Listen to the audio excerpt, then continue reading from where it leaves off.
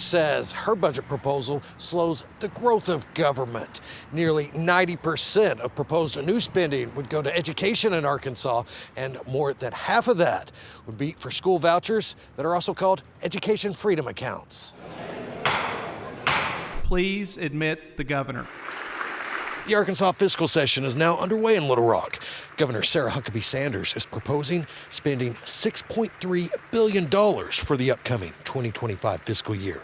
That's an increase of $109 million from last year. And in total, $3.4 billion would go to education.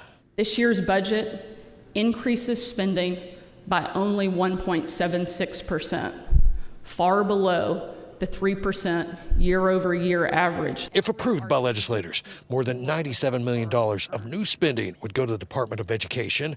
$66 million of that would be used for vouchers, which allow parents to use tax dollars to pay for private education or homeschooling. Last year, the vouchers were available for children with special needs or those in the worst performing public schools. About 5,000 vouchers were awarded. Now, enrollment is open to more students and parents. We still have a lot of concerns about the implementation of that law. Senate Minority Leader Greg Leding from Fayetteville says he's concerned how school vouchers will impact public schools across the state. We're pulling critical resources away from public schools to take care of about 5% of students, and again, robbing resources of the schools that serve about 95% of the students. I think the people of Arkansas would say $100 million increase in spending is plenty.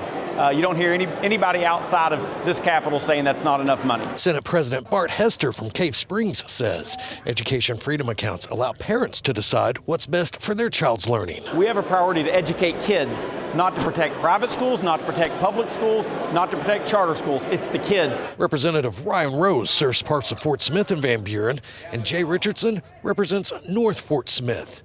We asked them about it. In a year's time, we will have transformational change in education. We'll have uniform education freedom here in Arkansas, and I think that's good for Arkansans. I think what we do in Fort Smith, the school system that we have in place and the leadership that's there, I think they'll be able to try to withstand some of the tides that flow their way. But regardless of what it is, I think it'll have a negative impact on public education. The fiscal session is set to last 30 days here in Little Rock.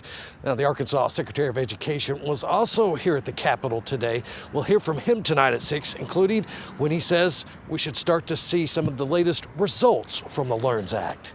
In Little Rock,